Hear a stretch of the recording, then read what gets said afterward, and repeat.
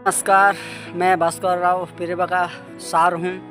तो आज का सवाल ये है कि मैं अपने आप को सार क्यों बोलता हूँ। देखिए, मैं अभी बीएड सेकेंड ईयर में पढ़ाई कर रहा हूँ, अभी और 6 महीने बाकी है। मैं हिंदी में बीएड कर रहा हूँ दक्षिण भारत हिंदी प्रचार सभा बेलगाम से, और ये अभी मैं हूँ रेवेन्सा यूनिवर्सिटी में, ठीक है, ये न्यू हॉस्टल में। और मैं यूजी ग्रेजुएशन हिंदी ऑनर से मैंने रेवेन्सा यूनिवर्सिटी से पढ़ाई किया हूँ। और बेलगाम में कर्नाटका में दक्षिण भारत हिंदी प्रचार सभा से एक सेंटर है बेलगाम, वहाँ से मैं बीएड कर रहा हूँ और मैं अभी सेकेंड ईयर में हूँ। और ज़िंदगी में मैं सार ही बनने वाला हूँ, मतलब टीचर ही बनने वाला हूँ। तो बच्चों को मैं पढ़ाने वाला हूँ, टीजीटी हिंदी टीचर बनूँगा। अभी 21 जनवरी 21 को और SSTET है, Orissa secondary school teacher eligibility test है, वो उसको क्वालिफाई कर दूंगा, ठीक है। उसके बाद जुलाई में मेरा सेमेस्टर ख़त्म हो जाएगा, ठीक है, क्योंकि हमारा सेशन है जुलाई का, ओके। उसके बाद अक्टूबर तक सर्टिफिकेट्स आ जाएगा और 2027 में वैकेंसी आने वाला है और 2028 में भी वैकेंसी आने वाला है, क्योंकि 2029 में इलेक्शन है, उड़ीसा में इलेक्शन होगा। तो मैं क्या बनूंगा ज़िंदगी में? सार ही बनूंगा। तो बनने से पहले आपका दिमाग में एक चीज़ ये होता है कि वो प्रिंट हो जाना चाहिए, सार है टीजीटी हिंदी सार, टीजीटी हिंदी सार, भास्कर राव पिरेबा का सार। तो तब क्या बनूंगा? मैं सार ही बनूंगा, है कि नहीं? तो जब मैं सार ही बनूंगा तो अपने आप को सार बोल के बुलाने से कोई तो प्रॉब्लम नहीं है, कोई तो दिक्कत नहीं है। तो सार ही बनूंगा ना, मैं बच्चों को तो पढ़ाऊंगा ना, टीजीटी हिंदी टीचर तो बनूंगा ना। इसके बाद और क्या, 6 महीने बाकी है। सार बोलना दिमाग में, सार के सार का एक सोच आएगा, हाँ मैं सार हूँ, कैसे बात करना चाहिए, कैसे दूसरों के साथ बातचीत करना चाहिए, कैसे बिहेवियर, कैसे व्यवहार करना चाहिए, ठीक है, सब कुछ तो दिमाग में आ जाता है। तो अच्छा लगे कि खुद को भी, तो सार ज़िंदगी में टीजीटी हिंदी टीचर बनने वाला हूँ। देखिए, उसके बाद अभी LTR आया है, ठीक है, उसके पहले SSB TGT आया था, अभी LTR आया है, उसके पहले आया था RHT। तो RHT के बाद SSB TGT आया, उसके बाद LTR आया, उसके बाद आने वाला है SSB TGT, ठीक है। अभी जनवरी को अभी जल्दी आने वाला है। तो अभी तो मैं नहीं हूँ एलिजिबिलिटी, लेकिन अगले तो RHT आने वाला है। अगले क्या आने वाला है? RHT आने वाला है, रेगुलर हाई स्कूल टीचर। तब तो मैं एलिजिबिलिटी हो जाऊँगा। तो जब मैं एलिजिबिलिटी हो जाऊँगा, क्वालिफाई करूँगा, तो मैं भले ही मैं टीचर वहाँ पे स्कूल में पढ़ाऊँ ना पढ़ाऊँ, अगर कोचिंग में भी मैं पढ़ाऊँगा तो क्या बनूँगा? सार ही बनूँगा। अगर मैं ऑनलाइन में भी अगर पढ़ाऊँगा तो मैं क्या बनूँगा? सार ही बनूँगा, टीजीटी हिंदी टीचर ही मैं बनूँगा। ज़िंदगी में बच्चों को तो पढ़ाना ही है। तो जब मकसद यही एक ही है, जब मकसद एक ही है तो और क्यों झिझकना? क्यों, क्या ज़रूरत है? झिझकना कोई ज़रूरत नहीं है।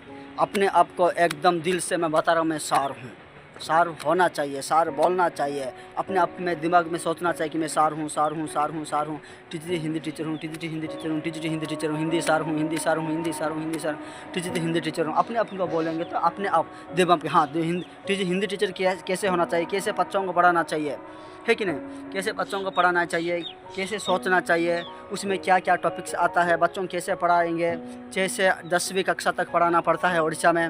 तो टीजीटी हिंदी टीचर होते नहाते मुझमुझे पढ़ाना चाहिए, ठीक है। तो अभी OSCT के लिए एक सिलेबस है, और है कि नहीं, और उसके लिए भी पढ़ाई करना पड़ेगा, और LTR के लिए पढ़ाई करना पड़ेगा, SSB TGT के लिए पढ़ाई करना पड़ेगा, RHT के लिए पढ़ाई करना पड़ेगा। पढ़ाई करेंगे ना, क्वालिफाई करेंगे, तभी तो हम जाके बनेंगे स्कूल में टीचर।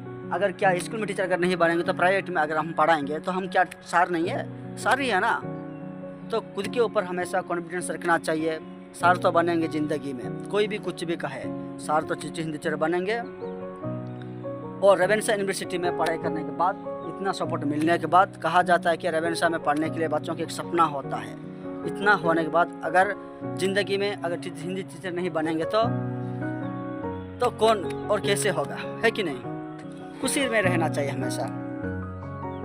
तो बहुत है, बहुत मतलब हमें तो लगना चाहिए खुद को कि अब ज़िंदगी में आपके तौर से जो सोचोगे वही बनोगे। ये भी एक बात याद रखना, अगर खुद को अगर नहीं सोचोगे मैं यही बनूंगा, यही मेरा काम है, ज़िंदगी भर पढ़ाना है, मुझे पढ़ाने के अलावा कोई शौक़ नहीं है, कुछ भी नहीं है, ठीक है, कोई शौक़ नहीं है, कुछ भी नहीं है, मुझे पढ़ाना है, बस मुझे क्या करना है, पढ़ाना है। तो हमेशा दिमाग में रखना चाहिए कि मैं हिंदी पढ़ाऊँगा बच्चों को, मैं मैथमेटिक्स, साइंस, फिजिक्स ये सब कुछ नहीं पढ़ाऊँगा, मैं हिंदी टीचर हूँ, मैं पढ़ाऊँगा, बस क्या पढ़ाऊँगा, यानी कि बस मैं हिंदी पढ़ाऊँगा, एकदम हिंदी पढ़ाऊँगा बच्चों को, क्योंकि मुझे हिंदी पढ़ाना अच्छा लगता है, इसलिए मैं हिंदी ऑनर्स से लेकर पढ़ाई किया हूँ और हिंदी टीचर बनने वाला हूँ, इसलिए मैं बीएड कर रहा हूँ, ठीक है। ये सब कुछ करना पड़ेगा।